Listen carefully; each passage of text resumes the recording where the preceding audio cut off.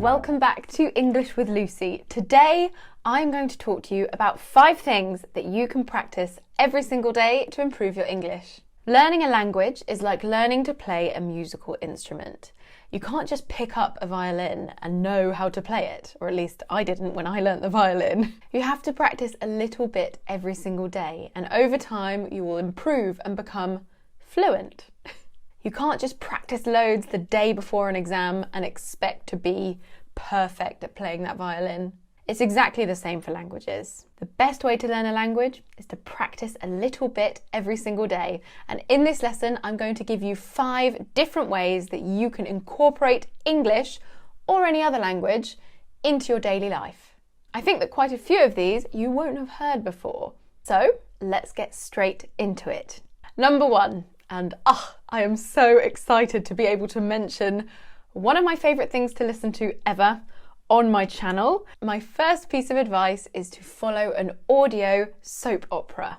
What is a soap opera, I hear you ask? Well, I shall tell you. A soap opera is a daily serial or series dealing with the daily lives and events of the same group of characters, normally in the same location. Most commonly, they are on television. We have lots in the UK like EastEnders, Coronation Street, Emmerdale, but I'm recommending you listen to an audio one. And there's one in particular I would like to recommend. I really recommend a radio soap opera by the BBC, Radio 4, called The Archers. The Archers. The Archers. It's special for so many reasons, not least because it is the longest running drama in history. It was started in 1950, first aired in 1951, and also because I think it is absolutely perfect for English learners. It follows the daily lives and dramas of a group of fictional characters in the fictional countryside village of Ambridge. Each episode is around 12 to 14 minutes long. I'm not quite sure exactly how long, but it's definitely under 15 minutes. It's spoken in relatively clear English in a variety of British accents, and sometimes not British accents as well, other accents. But it's fantastic because the plot summaries are posted on the BBC website. I will link to all of this below in the description box. And the great thing about this is that it deals with daily happenings, which is great for your life too, current events, routine things, and you can repeat all of the parts that you missed. It's on every single day, apart from Saturday. They have a rest. And once a week, they condense all of the week's episode into one, and that's called an omnibus. And that's around 75 minutes long. I love listening to The Archers when I go running. I listen to it every single day, and if I miss one, then I always catch up. There is no beginning and there is no finish to the series. There aren't any seasons.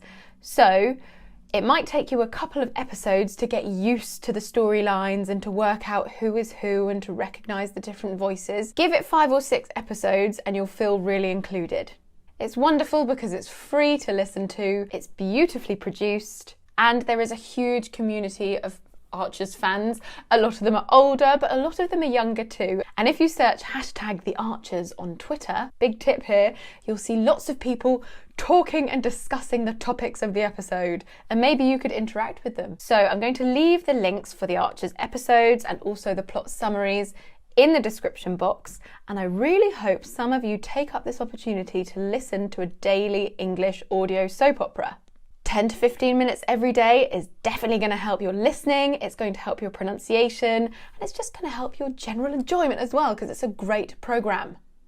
Right, before I get too passionate, let's move on to piece of advice number 2. So, number 2 is talk daily with natives. Now, I bet so many of you are thinking, I would love to talk to natives every day, but I don't know how and no one seems to want to talk to me. Well, I have a couple of suggestions. One is paid for and one is free, and the best thing in my opinion would be a combination of the two.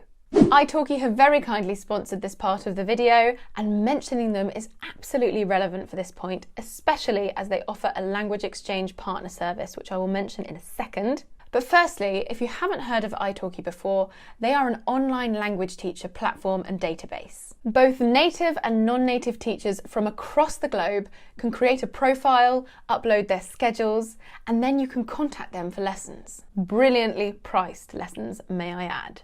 You can learn over 100 different languages, not just English, 24 hours a day, 7 days a week, from anywhere in the world, as long as you have a stable internet connection. It's so much more affordable than a traditional language school or an in-person language tutor. I tried out italki to learn a little bit of Indonesian before my holiday to Bali, and I was blown away by my teacher. She was amazing. She had created these beautiful classes from scratch, and I learnt so much with her, and it really, really improved my holiday. Especially as she taught me to say, "Saya mau nasi goreng." So important. italki have given me a special offer to pass on to you. You can get $10 worth of italki credits for free when you sign up and make your first lesson purchase. All you have to do is click on the link in the description box. Now, obviously, having a paid-for lesson with a teacher every single day would be the most amazing way to learn a language, but that's not a possibility for everyone. So I did just want to mention italki's Language Exchange Partner Programme. The link to this is also in the description box. Basically, you can search for speakers of the language you are learning, see if they want to learn your language, and if so, you can contact them and potentially arrange a language exchange. So a combination of both paid-for classes and language exchanges would be amazing, because you can take what you've learnt and heard in the language exchange and verify it with your teacher for an extra layer of security to make sure that you're not making any mistakes. Now, on to tip number 3. Set yourself a daily word goal. Learn X amount of words every single day. This tip is really important because it also links to tip number 4. I have mentioned this strategy in a previous video, but I actually have a really important extra layer to this strategy that I would like to discuss with you. In order to build your vocabulary quickly, you need to learn at least one new word per day, but hopefully more than that. I've spoken to you before about keeping a word diary, or just a notebook or a list on your phone. Keep it with you all the time and always be aware, wherever you are, do I know that word in English? Do I know how to say that in English? You might see a tree. Do I know how to say that specific variety of tree in English? If you don't, write it down in your own language, in this book, in this list, and then at the end of the day, before you go to sleep, research all of these words and translate them into English.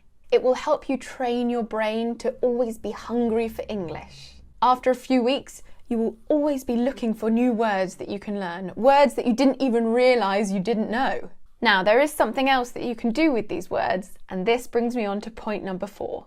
Write a daily journal with a difference. Depending on your level, I would buy a paper journal or diary. I get so tired in the evenings, I can't spend loads and loads of time writing, so I personally would buy a work week planner or a homework planner or a study planner where you've got all 7 days across 2 pages. In each of those days, I would write 3 or 4 sentences about my day, trying to incorporate those words that I learnt in my daily word list. The words I mentioned in point 3. That way, not only are you learning the new words and learning what they mean, but you're making sure they're fully integrated into your brain. And also doing this before you go to sleep will mean they stick in there even more. Then you can wake up in the morning, read what you wrote the night before, and you've got those words fresh in your head, ready for the day ahead. It's honestly such a fabulous technique because it builds your vocabulary, it improves your writing skills, it improves your reading skills. If you search the pronunciation of the word, it will improve your pronunciation and your listening skills. And if you book in sessions with language teachers, you can have them correct your writing. So every week you can bring them 2 fresh pages of writing for them to correct. Honestly, if you do this every day, it will help you so much. Right, time for the last point, point number 5. The tip is to perform daily translations of subjects you are interested in. Now, I know a lot of you want to stop translating and think in English. However, I think translation forms a very, very important part of language learning, especially when it's around something that you are interested in. It's really, really good to compare how things are said in different languages, and translation helps you with that. In my opinion, the best way to practice your translation is absolutely free, which is fantastic, and it's right here on YouTube. Pick the YouTubers that you really, really like, the YouTubers that talk about subjects that you're interested in. Maybe it's photography, maybe it's technology, maybe it's pets, maybe it's makeup. You can actually contribute subtitle translations. You may have seen that underneath all of my videos, I have a link where I give the opportunity to contribute subtitle translations. So I write the subtitles in English and then you can write them in your own language. It's amazing because it helps my videos reach and help a wider audience. They also get their name displayed under the video, which is really, really cool. And it helps their translation skills. You could translate videos from your native language into English. That would be a really good way to practice. But even translating English subtitles into your own native language is a really good reading and translation exercise. I will post a link with more information on community subtitle translations in the description box. Right, I have discussed all 5 points. I really hope you've learned something. I really hope you try out one of my 5 recommendations. Don't forget to check out italki. The link is in the description box. You can get $10 worth of italki credits for free when you make your first lesson purchase. There's also links to listen to the Archers, and also the information on subtitles. Don't forget to check out all of my social media. I've got my Facebook, I've got my Instagram, and I've got my Twitter, and I shall see you soon for another lesson. Mwah! Learning a language is like learning a musical... Soap opera is a drama serial... Cornflakes! Stupid. Oh dear. Right, before I get too passionate, let's move on to episode. They're an online database and platform of latent blah blah blah blah blah blah blah. Online language teacher platform. All you have to do is click on the description in the link box. No, that was wrong.